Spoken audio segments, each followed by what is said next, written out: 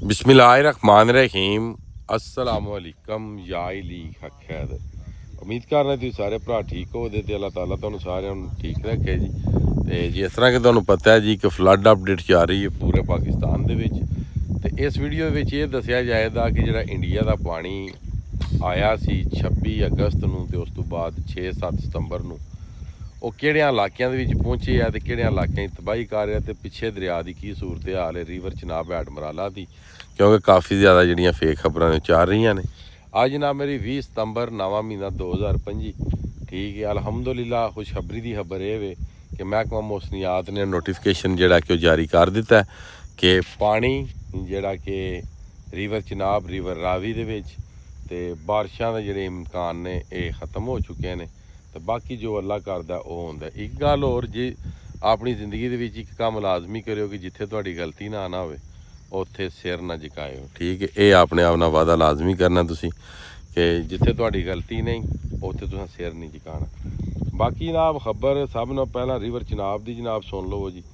ਤੇ ਰਿਵਰ ਚਨਾਬ ਇਸ ਟਾਈਮ ਐਡਮਰਾਲਾ ਦੇ ਮੁਕਾਮ ਤੇ ਪਾਣੀ 37,000, ਖਾਨਕੀ ਦੇ ਮੁਕਾਮ ਤੇ 37,000, ਕਾਦਰਾਬਾਦ ਦੇ ਮੁਕਾਮ ਤੇ ਪਾਣੀ 22,000, ਚਨਿਓੜ ਦੇ ਮੁਕਾਮ ਤੇ ਪਾਣੀ 18,000, ਤ੍ਰਿਮੂ ਦੇ ਮੁਕਾਮ ਤੇ ਪਾਣੀ 36,000, ਹੈਡ ਪਾਈਨਾਥ ਦੇ ਮੁਕਾਮ ਤੇ ਪਾਣੀ 1,20,000, ਰਾਵੀ ਜਸਟਰ ਦੇ ਮੁਕਾਮ ਤੇ ਪਾਣੀ 8,000, ਸ਼ਿਦਰਾ ਦੇ ਮੁਕਾਮ ਤੇ ਪਾਣੀ 9,613, ਬੱਲੋਕੀ ਦੇ ਮੁਕਾਮ ਤੇ ਪਾਣੀ 23,000, ਸਤਨਾਈ ਦੇ ਮੁਕਾਮ ਤੇ ਪਾਣੀ 13,620, ਗੰਡਾ ਸਿੰਘ ਦੇ ਮੁਕਾਮ ਤੇ ਪਾਣੀ ਫੇਰ ਅਪ ਹੋ ਗਿਆ 1,08,049, ਸਤਨਾਈ ਦੇ ਮੁਕਾਮ ਤੇ ਪਾਣੀ ਹੈਡ ਸੁਲੇਮਾਨਕੀ ਦੇ ਮੁਕਾਮ ਤੇ ਪਾਣੀ 70,179 ਤੇ ਹੈਡ ਇਸਲਾਮ ਦੇ ਮੁਕਾਮ ਤੇ ਪਾਣੀ 66,000, ਤਰਬੇਲਾ ਦੇ ਮੁਕਾਮ ਤੇ 1,15,500 ਦਾ ਖਰਾਜ, ਕਾਲਾ ਬਾਗ ਦੇ ਮੁਕਾਮ ਤੇ 1,49,691 ਦਾ ਖਰਾਜ, ਚਸ਼ਮਾ ਦੇ ਮੁਕਾਮ ਤੇ 1,51,378 ਦਾ ਅਖਰਾਜ, ਗੁੱਡੂ 2,90,819 ਦਾ ਖਰਾਜ, ਸੱਖਰ 3,67,090 ਦਾ ਖਰਾਜ ਤੇ ਕੋਟਰੀ 3,19,690 ਦਾ ਖਰਾਜ। ਦਰਿਆਈ ਜੇਹਲਮ ਮੰਗਲਾ ਦੇ ਮੁਕਾਮ ਤੇ ਪਾਣੀ 21,000 ਖਰਾਜ,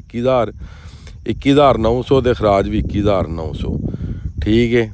ਮੰਗਲਾ ਨੇ ਪਾਣੀ ਡਿਸਚਾਰਜ ਕਰਵਾਇਆ ਜੀ ਜੇਹਲਮ ਦੇ ਵਿੱਚ ਸਵੇਰ 6 ਵਜੇ ਦੀ ਰਿਪੋਰਟ ਦੇ ਮੁਤਾਬਕ। ਹੈਡ ਰਸੂਲ 5,200 ਤੇ ਅਖਰਾਜ 0, ਠੀਕ ਹੈ ਜੀ।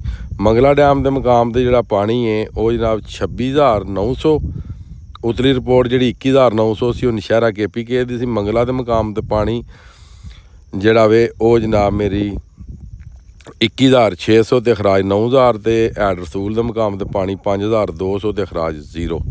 ਇਹ ਪੂਰੇ ਪਾਕਿਸਤਾਨ ਦੇ ਦਰਿਆਵਾਂ ਦੀ ਰਿਪੋਰਟਾਂ ਸਨ। ਪਿਛਲੇ ਦੋ ਲਫ਼ਜ਼ ਜਿਹੜੇ ਨੇ 21,600 ਰੁਪਏ ਦਾ ਮੰਗਲਾ ਦਾ ਤੇ 19 ਖਰਾਜ ਉਹ ਗਲਤ ਸੀ, ਅਗਲੀ ਰਿਪੋਰਟ ਉਹਦੀ ਸਹੀ ਸੀ, ਠੀਕ ਹੈ।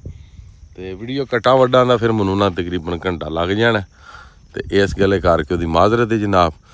ਤੇ ਬਾਕੀ ਅੱਲਾ ਪਾਕ ਖੈਰ ਕਰੇ। ਮਹਿਕਮੇ ਦੀ ਤਰਫੋਂ ਜਿਹੜੇ ਨੇ ਨੋਟੀਫਿਕੇਸ਼ਨ ਜਿਹੜੇ ਜਾਰੀ ਕੀਤੇ ਗਏ ਨੇ ਉਹਨਾਂ ਆਖਿਆ ਮੁਖਤਲਿਫ ਇਲਾਕਿਆਂ ਦੇ ਵਿੱਚ ਮੁਖਤਲਿਫ ਜ਼ਿਲ੍ਹਾ ਦੇ ਵਿੱਚ ਪੰਜਾਬ ਦੇ ਵਿੱਚ ਜਿਹੜਾ ਕਿ ਮੌਸਮ ਨਾਰਮਲ ਤੇ ਬਾਰਿਸ਼ ਵੀ ਕੋਈ ਨਹੀਂ ਤੇ ਉਸ ਤੋਂ ਬਾਅਦ ਪਾਣੀ ਵਾਲੀ ਗੱਲ ਵੀ ਕੋਈ ਨਹੀਂ।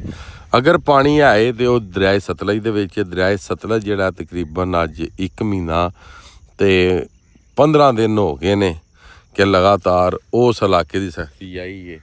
ਤੇ ਮੇਰੀ ਇਲਤਜਾ ਹੈ ਸਾਰਿਆਂ ਭਰਾਵਾਂ ਅੱਗੇ ਕਿ ਅੱਲਾਹ ਤਾਲਾ ਦੇ ਅੱਗੇ ਨਮਾਜ਼ ਪੜ੍ਹ ਕੇ ਦੁਆ ਕਰੋ ਕਿ ਯਾ ਅੱਲਾਹ ਪਾਕ ਹੁਣ ਸਾਨੂੰ ਮਾਫੀ ਦੇ ਦੇ, ਠੀਕ ਹੈ। ਬਾਕੀ ਜਿਹੜੀ ਤਬਾਹੀਕਾਰੀਆਂ ਪਾਣੀ ਨੇ ਕੀਤੀਆਂ ਨੇ ਉਹ ਸਿਆਲਕੋਟ ਤੋਂ ਲੱਗ ਕੇ ਤੇ ਤੋੜ ਜਨਾਬ ਮੇਰੀ ਕੋਟਰੀ ਤੱਕ ਉਹਨੇ ਕੀਤੀਆਂ ਨੇ, ਠੀਕ ਹੈ। ਇਹ ਇੱਕ ਐਸਾ ਫਲੱਡ ਸੀ ਜਿਹਦੇ ਵਿੱਚ ਕੋਈ ਵੀ ਇਲਾਕਾ ਨਹੀਂ ਬਚਿਆ, ਕੋਈ ਸ਼ਹਿਰ ਨਹੀਂ ਬਚਿਆ, ਤਕਰੀਬਨ ਕੋਈ ਪਿੰਡ ਵੀ ਨਹੀਂ ਬਚਿਆ। ਅਗਰ ਉਹਨੂੰ ਸੈਲਾਬ ਦੇ ਪਾਣੀ ਨਹੀਂ ਛੇੜਿਆ ਤੇ ਉਹਨੂੰ ਬਾਰਿਸ਼ਾਂ ਦੇ ਪਾਣੀ ਡੁਬੋ ਦਿੱਤਾ। ਜਿਸ ਤਰ੍ਹਾਂ ਜ਼ਿਲ੍ਹਾ ਗੁਜਰਾਤ ਹੋ ਗਿਆ, ਲਾਲਾ ਮੂਸਾ ਗੁਜਰਾਂਵਾਲਾ, ਲਾਹੌਰ, ਮੁਖਤਲਿਫ ਜਿਹੜੇ ਸਾਰੇ ਸ਼ਹਿਰ ਤਕਰੀਬਨ ਪਾਣੀ ਦੇ ਵਿੱਚ ਡੁੱਬੇ ਨੇ ਜੀ ਇੱਕ ਵਾਰੀ, ਠੀਕ ਹੈ, ਬਾਰਿਸ਼ਾਂ ਦੀ ਵਜ੍ਹਾ ਤੋਂ।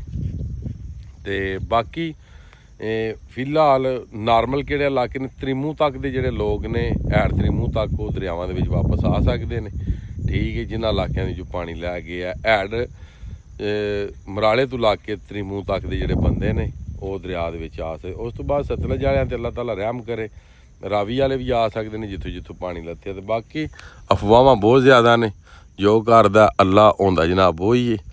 ਤੇ ਜਲਾਲਪੁਰ ਪੀਰ ਵਾਲਾ ਸ਼ਿਰਕਪੁਰ ਸ਼ਰੀਫ ਟੋਟਲ ਮੁਕੰਮਲ ਤੌਰ ਤੇ ਪਾਣੀ ਤਬਾਹ ਕਰ ਦਿੱਤੇ।